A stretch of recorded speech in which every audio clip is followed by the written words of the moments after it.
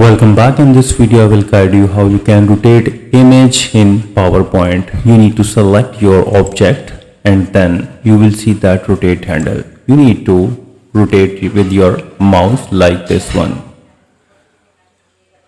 Another option is that when you select the object you will see that the shape format, and on the right side you will see that rotate. You need to click on this arrow and rotate right 90%.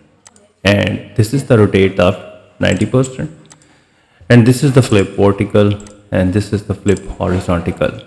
And if you want precise rotation, then click on this option, and in the rotation box you need to click on this particular rotation box values like this one. So this is pretty simple and easy. I hope you understand how you can rotate object in Microsoft PowerPoint. If you think this video is helpful, please support my channel. Thanks for watching.